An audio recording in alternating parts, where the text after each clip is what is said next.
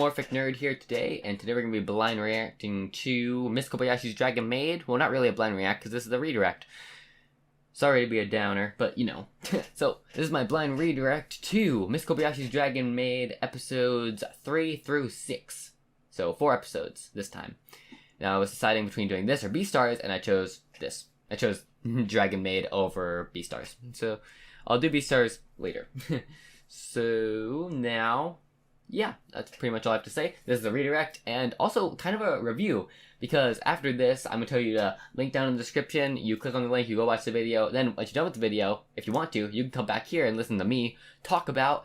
I made this really not so nice but decent list of stuff that happened in the episodes that I thought was really interesting, and I thought that even it kind of the main focuses of the episode. So obviously, if you haven't watched the episode already, then go watch it, because there's gonna be spoilers. Yeah, it's the ending piece thing that I put in, but I didn't put it into the actual video. I wanted to try my best to keep it short. To be honest, if you want to just skip right to my video and skip what I say in the beginning, it's about 3 minutes in. So once you get onto the page, just like skip 3 minutes into the video, and I'll be just like that, ready to go, and that'll be it. So I guess with that being said, go watch the video, link down in the description, and you can... I don't know what I'm doing with my hands, they're freaking out on me. So do that, go to the link. I'll give you like, I don't know, 10 seconds to leave before I start baffling you with spoilers of what I've already watched, because this is a redirect, pre-recorded. Actually, I did it all on the same day. This is also the same day. I usually don't do that, but I did it this time. So 10 seconds starting now. Go watch the video. I hope you've watched the video. Okay. That was your warning. 10-second warning for any of you who haven't watched the video. Now I'm going to start with the list. The list of things that I got from each episode. And I'll even name the episode. Okay, episode 3. I don't remember what it was called, but what happened in this episode? So Miss Koboyashi realized that her apartment was too short. I mean... so that was the problem. They kind of had to just get into the adjustment of the apartment. Now, as something I realized throughout these episodes, I was starting to question something. I was wondering it, and I was like, you know, Miss Kobayashi's kind of an alcoholic. Not gonna lie, because she honestly drinks beer in every one of these episodes. Like, is there one episode where she doesn't? Oh, I guess episode 6 she doesn't really, but... yeah, you could say about another episode, but still, she does it a lot. And even Toru pointed that out. She's really messy. I mean, look at my room. My room's pretty messy, to be honest. If you weren't looking through this one lens, the good portion of my room. Okay, I'm getting off topic. So, next thing I had to say, bath time with I said bath time with Koboyashi and friends. So, I don't really know why. I didn't expect Kobayashi to be so okay with having Toru wash her naked. I was like, oh, something steamy is going to go on right now, and I was sadly disappointed. It was kind of a letdown. Just sat there with the thoughts in my head. We all did. We all have those thoughts. Of course we do. You wouldn't really be watching this if you didn't. Or would you? Oh, you probably would, not gonna lie. Now that I realize that, I probably shouldn't have said it. But too late. Okay. So yeah, and then after Toru bathed Kobayashi bathed her, thought something was gonna happen, but no, she bathed her in dragon form with a hose. So kind of off-putting again, but that's the joke. That's what makes it funny. Next thing that happened, apartment adjustments. So she got a new apartment, which was bigger and obviously in a different location than her old one. Probably a better place of town too, because in the first episode she did almost get robbed. Good thing Toru was there to scare away the burglars, like they didn't burn them to death or curse their asses. But you know, so she gets lost and she has to go back to find her new apartment and neighbors. Nobody likes neighbors. Come on, I mean, they can be annoying sometimes. But her neighbors seemed really nice, and they were loud for an unknown reason. Well, I mean, yeah, one guy liked rock and roll, and the other guy, he had a wood drill that he does for work.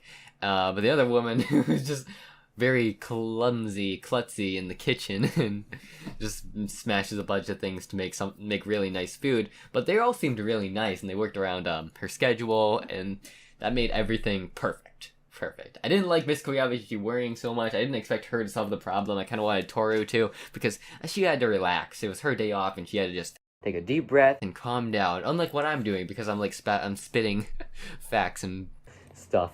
So after that, what happened? We finally got to meet 2 of the 3 dragons that were remaining.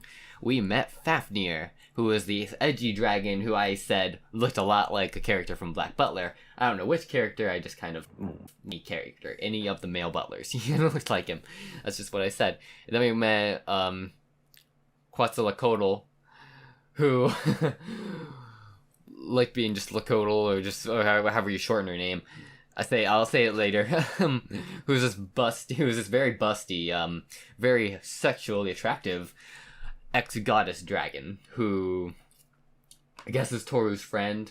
There wasn't really that much information about her in the 3rd episode, but they met them, they had a fun time and everything, and it was all grand. We got to learn that Fafnir gets really determined after a while, and I just said he's edgy because he doesn't really trust humans. He always thinks they're out for something. He's trying to get his gold, his whatever he's been hoarding for so long. We didn't really get that much of a backstory on Quetzalcoatl, but, you know, it all works out. Episode 4 was good, because episode 4 was when Kana actually went to school, which is cool. Okay, so I should also say this. I'm not going to make these separate things because I'm talking about them so fast. I'm not going to make them separate individual things because I'd just be kind of a waste of time. Even though it wouldn't take that much time. It's confusing, I know, but just yeah. Okay, so Kana likes going to school. She enjoys it. She wanted to observe the humans to children to see what they were like. I guess she is also a child, but she's old, just like all the other ones, but she's also a child dragon. So she wanted to go to school with all these people. Throughout this entire beginning, and also throughout the entire episode, she's just being absolutely adorable. It's great. Oh, you know what this should be? No, this should be like, this is my totally legit recap of the episodes. Yeah, that's basically it. Absolutely adorable throughout the entire episode. Just instead of pictures, it's just me talking. So it's being adorable throughout the entire episode. It's cute, and we love it for that. Okay. Something we also come back to is the mall from the 1st episode, the 2nd episode, because Toru likes in the shopping district because it's more like a bazaar from her world, her ancient medieval world, instead of going to a mall, which is like a fortress, which makes her feel imprisoned and captured. She doesn't like it. But they go there, and they get her a backpack. They get Kana a backpack, and... and also I should say, Toru gets jealous really easily. Even Koboyashi said jealousy is not a good...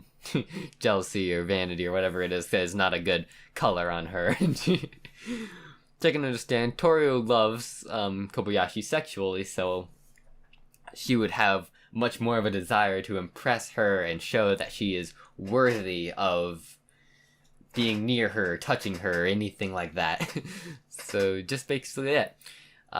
Okay, next we meet Saikawa. Yeah, if you realize that I'm really bright because I'm reading off a white piece of paper. Not really reading off of it. I'm kind of, because obviously I'm not reading off of it, but I have bullet points and stuff. I'll put my list. Should I put my list in the thing? I don't know, I might just put it in the description. I don't know why. Okay, so we meet Sakawa, who's kind of this little mean girl who's kind of like a princess and is basically treated like one to everybody else. And it is... I don't really think it's put it in this episode that she has a crush. Maybe that's a different episode. Maybe yeah, I'll mention it in the next one. So she has a crush on Kana. She just does. I'm just gonna say that. And a shiny forehead for some reason. I don't know why she has a shiny forehead. I don't know why that's like a thing that they want to emphasize in the episode, is her shiny forehead. There's like a gleam coming off of it. Like right here on my forehead is like a gleam coming off of it, and I don't know why about that. I don't know why they would do that or what's the reason. But yeah, she has a total crush on Kana, and I'll get more into that in the next episode.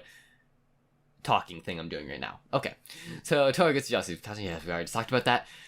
Dodgeball. Ended the episode with Dodgeball. All out warfare, dragon dodgeball, where they really want to just test their strength against each other, but by playing dodgeball. And they also beat up a couple of kids who...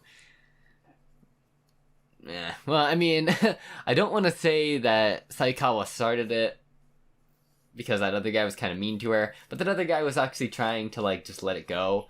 So yeah, I'd probably say Sayakawa started it, and she kind of didn't think it through.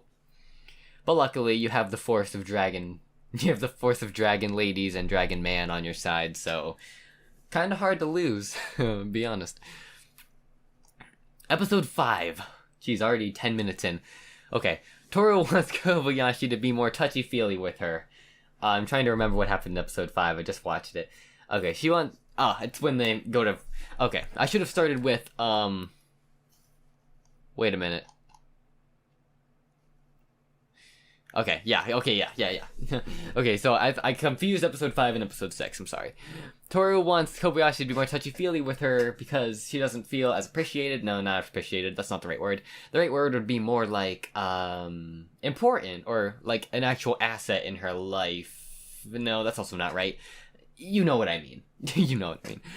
She wants to be more touchy-feely with her. She wants her to touch her... No, I'm not gonna go there. Just think on your own. I am... Okay, next bullet point. Toru goes to the work with Kobayashi and experiences what the labor force is like. Which I reference, it was a lot like Agretsuko, where the boss kind of overuses his power and forces other people who are lower in management to do his work. Not really management, more like engineering. To do his work for him. And... eventually he gets his comeuppance by Toru just tripping him constantly and showing him what's really like. Luckily she didn't burn the shit out of him, which we were all hoping for, I guarantee it. And what was happening else? Yeah, well, she caught her, obviously. Kobayashi obviously knew she was there in one way or another. And they had a very sweet, heart-lifting chat, which I love. This anime kind of jumps around. Sometimes it's heart-filling, sometimes it's emotional, really sad, and it jumps around a lot. Sometimes it's funny and everything like that. It's like one of those types of comedies. Okay. Next, Fafnir decides to live in the human world, which is also a key importance in this episode. But his main reason why is because of video games. Video games, and, no, well, you can say and Takia, but, he likes Takia because he's so much like himself, kind of like well, in video games wise, not really any other ways. He's not really much cosplay or anything like that. But, video games, yeah. And also he goes to live with Takia, I should have mentioned that first. He goes to live with him, and he says, "It's okay, dude. I mean, it's a little cramped because of all my questionable material in my house, but you know what? You can stay with me, because we're cool dudes." I did not actually expect him to go to Takia. I should have, but I did not. I mean, there's only 2 guys in the series that are actually main characters, so I should have probably seen that. Okay, as I was speaking in episode 4, in this episode, it's way more clearly that Sayakawa is crushing hard on Kana. Like, there's, even though it's little clips, like, in and out, she has a major crush on her, and that's okay, actually. I totally ship it. It's decent, like, lastly, spoon magic. They do some type of weird magic trick using, laws of physics or something, where it's laws of levers, and they just bend a spoon. They spend way too long bending a spoon. I do talk a lot on something I had previously mentioned. It was, dang it, I forgot. I'm drawing a blank. My train of thought's leaving. With every word I spill out of my mouth, I lose a little bit of train of thought. But I'll just say what I know for sure, which is what I'm trying to do with the limited amount of brain cells I have left after talking for this long. Is that, okay. I said something in the blind reaction that I can't remember, but I know that it was important, and it happened at episode 5, and it was about, Sayakawa's crush on, I said it in the episode, on, Kana, and how I kind of thought that was going to happen, but it wasn't going to happen, but I never would have expected to be Kana and a human girl. I expected it to be somebody else. You can probably piece that all together. Episode 6, this is the one I have the most bullet points for. but I'm kind of trying to keep this video under 20 minutes. I'll try my best. Okay, Kana goes to Sayakawa's house with the family basically being Toru and Miss Kobayashi. She actually, like I said in the later reaction, they were going to mistake. I thought the school was going to mistake Kobayashi and Toru for her parents, but she actually mistook Kobayashi for her parents. I guess because they already told her that Toru was their maid, so not really much there. Introduces Georgie, Sayakawa's maid, who's also her sister. So I don't know why she calls her a maid. Maybe she just likes it that way, but who has a lot of one thing in common with Miss Kobayashi, which is kind of historical maid stuff. Maids from history. Which is kind of a weird thing to have in common with someone, but I'm not complaining, man. I have a lot of weird things in common with a lot of people. I'm not one to throw stones. Okay. Next thing that happens. Kana and Sakawa play Twister, and exactly what I said happens. Like, it actually happens. Like, what I said in the blind reaction actually happens, which is they you know. What do you think happens? I mean, after what I've already said, just guess. A lot of contact. That's another thing I put. Just a lot of contact in general while they're in her room. When nobody's looking. Yeah. A good thing, something that really hit me, like, shocked me, was that Kana actually agreed to take the friendship with Sayakawa to the level of marrying her. She actually said that, okay, I'm fine with marrying you. And more or less. She more or less said that. And Sayakawa was like, what? It's like, what? I don't understand. My heart isn't ready for this. It's not big enough. And so that was hilarious. Not really hilarious, but just shocking in general. Okay, next. Kana agree. Oh wait, I already said that. Okay, next we go into Lukawa as scenes. Her story in this. Okay, so she decides to live with this prepubescent boy who's about the same age as Sayakawa and Kana, human form, who hasn't learned of the nature of the female, of the nature and the culture of the feminine body. So yeah. Also, he's a mage, more or less. His dad is a mage, and his father is the head of the company that Miss Kobayashi works at, or at least we believe. We don't have logical proof. We don't have serious proof because she didn't put more detail into it, but she did say that he looks like him. It might not be him. You never know. So we meet Shouta, who is Lukawa's new keeper, I guess, in a way. Because he summoned her, and now she won't leave him alone. She basically lives with him now. Which would be kind of a weird thing to bring up to your parents, but I mean, they're a magic household, so who cares? This sort of thing happens all the time. Next, Lukawa has nothing to give Shouta, so she gives him her body. She has nothing that he wants. Like he has like no room for anything else. He doesn't want anything else, so she gives him her body. So yeah, but Shouta is just, I don't think he's really like that pure-hearted of a person, because he's like, he might be super pure-hearted and not ever take her advances, but I feel like he may in the future eventually. You never know. And when he grows up. So he repeatedly gets embarrassed and turns down her advances, which makes it 30 times funnier, especially when she wants to get naked in the bathtub with him. Or wants to like snuggle with him at night. What you mean? I'm not complaining. Who would turn down that? Obviously, the only logical person who would be a little kid who doesn't understand. Okay, like a wise man once said, you can't get rid of your demons unless you face them head on. And I'll just let you people think about that for a little minute. I'll just let you guys think about that for a minute. You can't get rid of your demons unless you face them head on. I only say that because he called her a demon. Even though she's not. But still.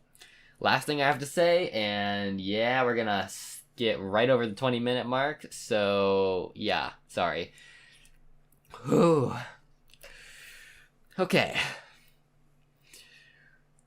Okay. I'm kind of confused. I'm just gonna leave it. Okay. Last thing I have to say, and the last thing that happened in the episode, Fafnir is addicted to video games, like I probably already said, and learns to trust and kind of love Takia. Well, okay, nah, he doesn't really love him or something like that, but he learns to care about he cares to care about him and him being around, or like him being around, Fafnir. Or no, Fafnir being around Takia. He learns to live with it, and he thinks it's a fine way to live, because he's probably been alone all this time. I mean, I feel like a lot of these dragons probably lived a life of solitude, like, dragons do, and he probably lived alone for a very long time. But like he said, and to quote him himself, he said, you're a hit. He's a hit.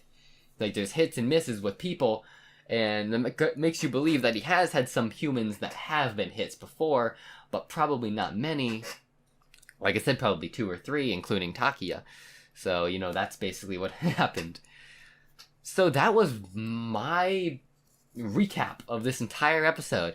I don't even know if you guys wanted to watch it all the way to the end. You might have. It might have been a reason to. But this was long, and this is what's going on YouTube. I can already see all the people who are absolutely not going to watch this video just because of how long it is. Like, you expect a redirect to be 1 to 2 minutes long, but I wanted to add in this totally legit recap. Totally, you know what I mean? Air quotes, stuff like that. Of episodes 3 through 6. I might, if you actually, put down in the comments if you want me to do more of this. Like, I don't know if you care about what I have to say or anything like that, but it'd be good to know that you at least do. So can you put that in the comments? Be a little nice to me for not for once. You guys are great. I'm not gonna lie. And put down in the comments if you want me to do more of my episodes like this, and I will. Maybe I'll give you more of a content into the redirect, so stuff like that. So with that being said, as always, I'm Anthropomorphic Nerd. I'll leave it to my outro, and I will see you in the next video. It's probably going to be Epithet Erased, episode 5 and 6, or just 5. Whatever it tends to be, I'll see you then. So, bye.